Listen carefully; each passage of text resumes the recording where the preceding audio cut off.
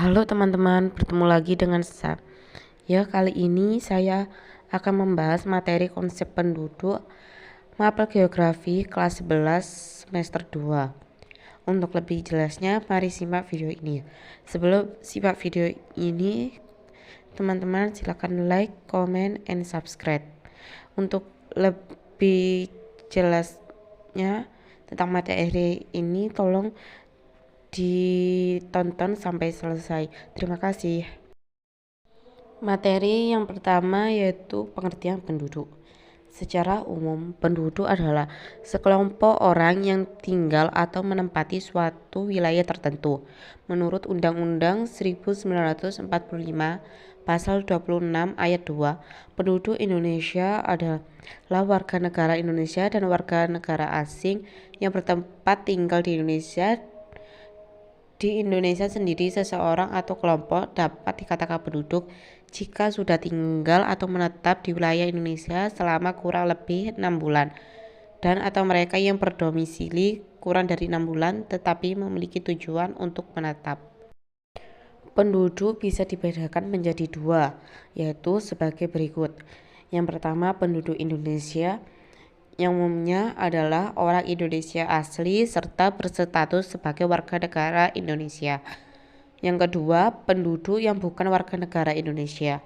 Pada umumnya berasal dari luar negeri atau warga negara asing yang sering disebut orang asing. Kemudian untuk menjadi penduduk Indonesia, orang asing tersebut harus mengajukan permohonan untuk tinggal di Indonesia menurut perundang-undangan yang berlaku. Selanjutnya yaitu kualitas penduduk. Kualitas penduduk sendiri adalah tingkat atau taraf kehidupan penduduk yang berkaitan dengan kemampuan dalam pemenuhan kebutuhan seperti pangan, sandang, perumahan, kesehatan, dan pendidikan. Faktor yang mempengaruhi kualitas penduduk yang pertama yaitu tingkat pendidikan penduduk. Pendidikan merupakan modal dasar dalam mengembangkan kemampuan intelektual seseorang. Melalui pendidikan, seseorang akan mampu meningkatkan kemampuan kognitif, afektif, dan psikomotoriknya. Hal ini diwujudkan dalam bentuk kemampuan menyelesaikan berbagai permasalahan dengan mengembangkan kreativitasnya. Yang kedua yaitu faktor yang mempengaruhi kualitas penduduk adalah tingkat kesehatan penduduk. Kesehatan merupakan harta tidak ternilai dan modal berharga bagi seseorang untuk memulai aktivitasnya. Pencapaian pertumbuhan dan perkembangan manusia sangat dipengaruhi oleh tingkat kesehatannya. Ada pepatah mengatakan mens sana in corpore sano, yang artinya dalam badan yang sehat terdapat jiwa yang kuat. Yang ketiga faktornya yaitu tingkat kesejahteraan penduduk. Pencapaian kesejahteraan merupakan arah cita-cita setiap manusia yang ditandai dengan terpenuhinya kebutuhan pangan, sandang, dan papan. Masyarakat yang sejahtera merupakan cita-cita pembangunan manusia Indonesia seutuhnya. Selanjutnya yaitu permasalahan kualitas penduduk dan dampaknya terhadap pembangunan. Yang pertama yaitu masalah terhadap tingkat pendidikan. Faktor penyebabnya yaitu rendahnya kesadaran masyarakat akan pentingnya pendidikan. Yang kedua, rendahnya pendapatan masyarakat. Dan yang ketiga, belum meratanya sarana pendidikan di seluruh wilayah Indonesia. Selain faktor penyebab, ada juga dampak dari rendahnya tingkat pendidikan. Yang pertama yaitu rendahnya penguasaan teknologi maju sehingga harus mendatangkan tenaga ahli dari negara maju. Yang kedua yaitu rendahnya tingkat pendidikan mengakibatkan sulitnya masyarakat menerima hal-hal yang baru. Berdasarkan fenomena tersebut, pemerintah telah melakukan beberapa upaya untuk meningkatkan pendidikan Indonesia seperti yang pertama, menambah dan meningkatkan kualitas guru. Yang kedua, melaksanakan program wajib belajar dan orang tua asuh. Yang ketiga, membangun sekolah di daerah yang kurang jumlah sekolahnya. Yang keempat, memberikan beasiswa kepada siswa yang berprestasi. Yang kelima, mengadakan perbaikan dan penambahan sarana dan prasarana sekolah. Selanjutnya, kualitas penduduk menurut tingkat kesehatan.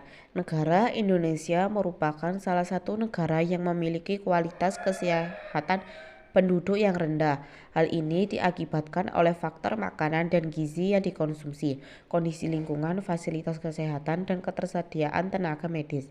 Salah satu masalah yang diakibatkan rendahnya kesehatan di Indonesia adalah kekurangan gizi. Kurangnya gizi yang didapat oleh penduduk mengakibatkan rendahnya ketahanan tubuh, daya kerja, cara berpikir, dan kreativitas. Adapun upaya yang dilakukan pemerintah untuk meningkatkan tingkat kesehatan masyarakat adalah yang pertama, membangun posyandu. Yang kedua, menyelenggarakan penyuluhan kesehatan dan gizi. Yang ketiga, mengadakan imunisasi massal yang murah dan gratis. Yang keempat, menambah jumlah dan menaikkan kualitas tenaga medis.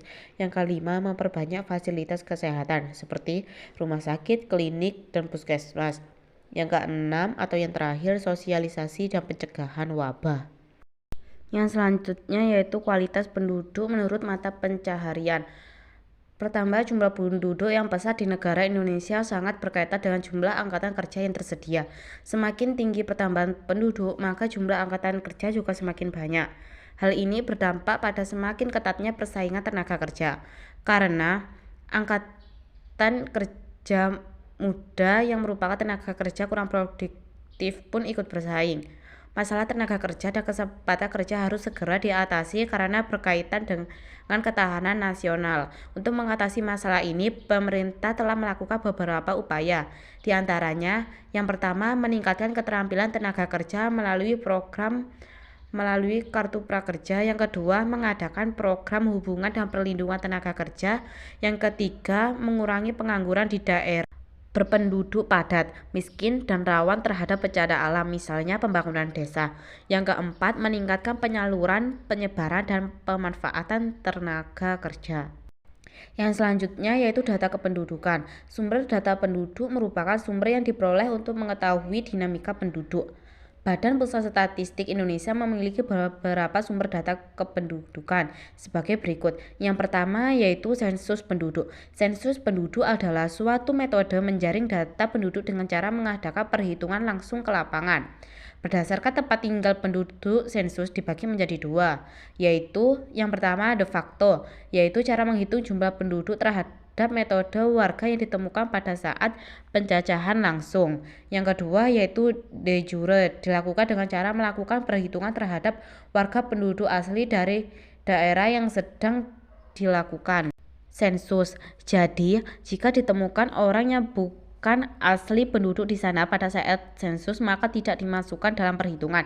Untuk membedakan antara penduduk asli dan bukan asli ialah dari kepemilikan kartu tanda penduduk atau KTP. Yang selanjutnya yaitu berdasarkan metode pengisiannya. Sensus dibedakan menjadi dua.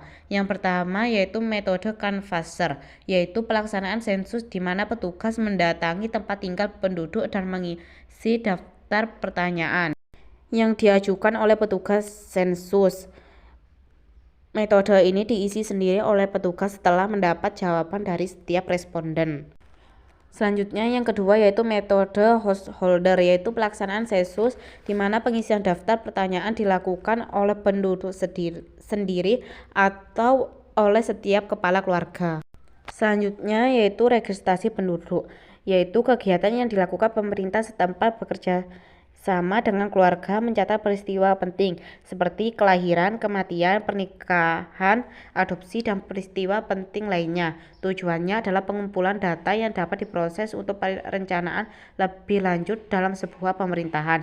Yang ketiga yaitu survei penduduk. Survei penduduk merupakan salah satu metode mengumpulkan data penduduk dalam beberapa peristiwa demografi atau ekonomi. Survei berdasarkan tipenya dibagi menjadi tiga, yaitu yang pertama survei bertahap tunggal. Survei bertahap tunggal merupakan survei menjaring data berbagai peristiwa demografi dengan cara mengajukan pertanyaan kepada responden mengenai berbagai kejadian demografi yang dialami di masa lalu dalam periode tertentu. Yang kedua yaitu survei bertahap ganda, dilakukan melalui kunjungan kepada responden tertentu berulang-ulang untuk mencatat berbagai peristiwa demografi yang dalam kurun waktu tertentu, apakah per tahun, per 2 tahun, per 3 tahun, dan seterusnya. Yang ketiga yaitu survei tipe kombinasi, yaitu dilakukan dengan cara menggabungkan cara survei tahap tunggal atau ganda dengan cara registrasi. Terima kasih dan semoga ilmunya bermanfaat. Untuk menanti video-video selanjutnya silakan subscribe, karena subscribe teman-teman sangat berharga bagi saya. Ya, semoga channel ini terus berkembang. Terima kasih.